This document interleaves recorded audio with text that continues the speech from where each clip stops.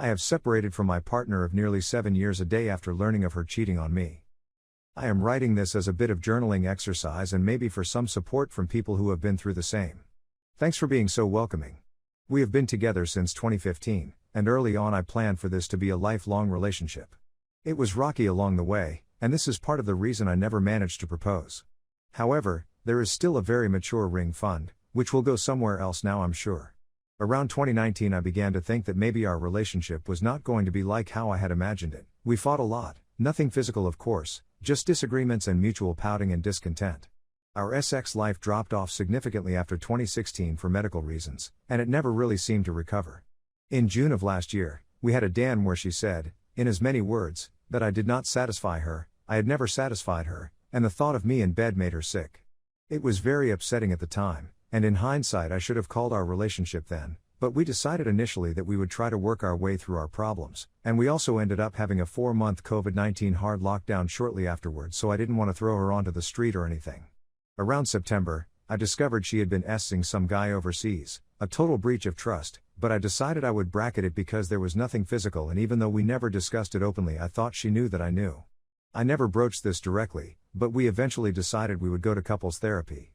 I discovered yesterday that she slept with another man in November last year while she was out of town on a short holiday. Some random she met online and I presume she had been chatting with for a few weeks at least. I didn't care to ask for the exact date, but it was either shortly before or shortly after our first couples therapy session. When she went to work today, I left a note on the table saying goodbye, packed a bag, and went to my parents' place for a few days.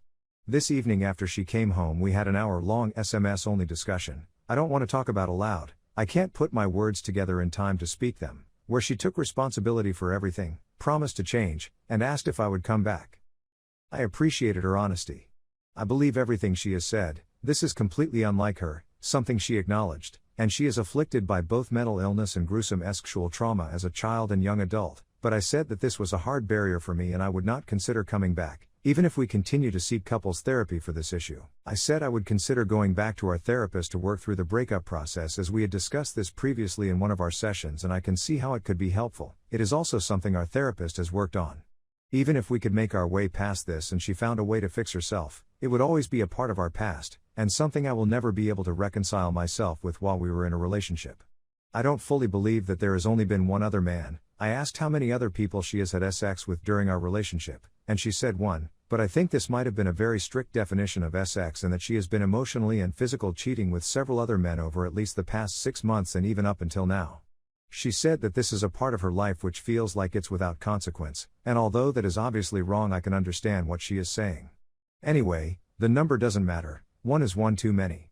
I feel very dirty for how I found this all out, especially since I was going by a gut feeling, but I feel partially vindicated by my gut being right. I don't know if I can shake this feeling of shame for having been able to discover this, even though it is for the best that I know and that we separate. I will likely be moving my appointment with my own therapist forward a few weeks to help with where I go from here. I don't quite know how she moves on from this, but I am trying my best to focus on myself. I don't know what I will do with myself yet because so much of who I am, what I do, what I'm like, revolves around what we were. I picked up my guitar for the first time in a few months and couldn't do much with it. I don't play as much now because I felt embarrassed playing around her, not her fault. She was always very encouraging of all my creative pursuits. I have a few friends, but I am both a very reserved person and also someone who gets lonely easily. I might need to house share because I don't know if living alone is a good idea for me right now. I did say that I hope we can be friends one day, and I really do. Besides the infidelity and our other problems, she's great and we did gel in a very cool way. But in my heart of hearts it doesn't seem likely, at the very least, as soon as either one of us starts seeing someone else, unless they're super chill I don't think it's going to work. I've decided that I'm not going to be super candid with other people about the circumstances of our breakup, there's no need to be, but it's something that I would mention to a future partner, and I can imagine for them that it would be a bit weird for your partner to be friends with their ex who is also a cheater. I'll cross that bridge when I come to it. She will likely move to another city and we won't have much opportunity to see each other again anyway. Anyway, that's my story. There were times this morning when I thought I might try to just let it slide and forget about it, but I'm glad the part of me which stood fast won over, because there was really no future knowing this, it would always eat at me. I don't know what the future holds, and I am truly scared because I have had struggles with alcohol and smoking in the past which my partner really helped me to temper. I stopped smoking as a condition of getting together which I'm grateful for, maybe with a sneaky cigarette every now and then at the pub, and I don't have that anymore. I have made a short list of things for me to try to do with myself for the next 4 weeks and have committed to not buying any spirits at all for now and only smoking if I've gone out and someone offers. I don't go out often, so this is generally sustainable for me. If there is anything any of you have done to get past the first few weeks and months of your breakup due to infidelity, I would certainly appreciate any advice. If you have made it this far, thanks a lot for reading. Hope you are getting along your journey all right as well. If you are, then feel free to drop into the comments and let me know that it gets better because I need it. 9 months update. I may be being a drama queen and really I can blame my exposure to all this on my own poor decisions, but it still hurts. I split up from my girlfriend of 6.5 years in March of this year, and while we lived apart in different cities and didn't see each other, we still talked. Since then she'd held up a light for me to take her back eventually, and I really did consider it several times, because people make mistakes and I truly did and still do believe in love and forgiveness. What happened was, during COVID and maybe before, I never could get a clear answer and there's little good it could do now. She started exploring BDSM subcultures online. All respect to people who practice, I can't get around it as a complete lifestyle, but it's none of my business, and if it's consensual it's cool. Anyway, eventually this moved into online relationships with people, and then physical. I don't know with how many people. In March, I discovered she'd met with at least one person at least twice late last year, and after discovering this I broke it off. She apologized immediately and promised to change. I didn't take her back, but accepted her apology and ended it on good terms given the circumstances. I still kept talking to her because she expressed genuine remorse.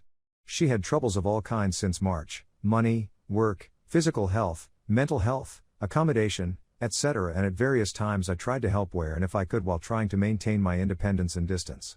In November I went to the city she lives in for an unrelated event and I met up with her for the first time in 6 months, and we spent nearly a full day together and it felt like heaven. Things felt normal after a really horrible year, lots of work stress, the trauma of a breakup, and big life changes.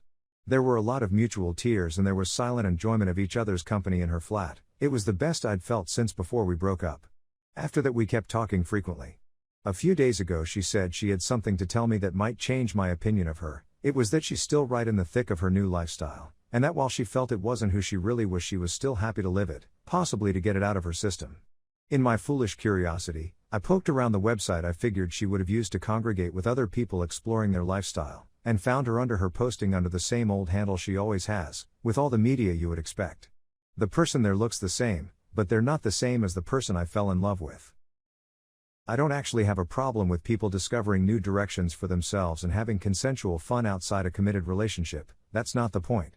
I might have been bummed if I had found out, but that's just plain old jealousy and you can get over that. If I'd gone NC 9 months ago and found out the same now, it would have felt like finding out my ex has a new boyfriend, nothing more. The problem is with the way we were while all this was still going on. When I found all this out, I had the same old sense of feeling like I'm going crazy, like this is normal even though something in me says it shouldn't be, a feeling which was very commonplace for the years we were together, where I have since come to understand that lying by omission was a standard practice on her part. Regardless of how people live their lives, which is completely their choice, this is wrong or at least weird, right? For a cheating partner to very actively pursue rekindling the relationship, while still going through the exact same behavior that caused the relationship to break down in the first place?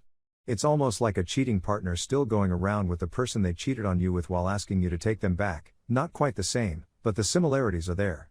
This time it wasn't really cheating, but it still felt like a betrayal. I wouldn't have wanted to meet with her under the conditions we did, reconnecting a bit after a period of separation, talking some things through and seeing how we were both going, if I'd known she was living a life like this. If we were to have ever gotten back together, it's not like I expected her to metaphorically self-flagellate for 9 months, and personally I think rebounds are fine, not for me but I get it, but I definitely didn't expect several other people to flagellate her for 9 months, if you get my meaning. I feel like a big idiot obviously. I'm chalking it up to years of stress and codependency through the pandemic, and I think if I was in my right mind I wouldn't have been so lenient and trusting without good reason. I believe in giving a small degree of trust freely and guarding it closely if there's any attempt to take advantage of that, and because of that I don't think I would have acted like this if I was in a better state of mind. I gave an inch and she took a mile. I'm not seeing my therapist for a couple months, but working through how I deal with trust will be high on my agenda. I'm resolving to put this all behind me just in time for the new year. I don't believe in New Year's resolutions, but if there's any time to choose an arbitrary end date for one era and the start of a new one, why not the end of the year? I'll do something new in 2023 and maybe find my real love. Wish me luck.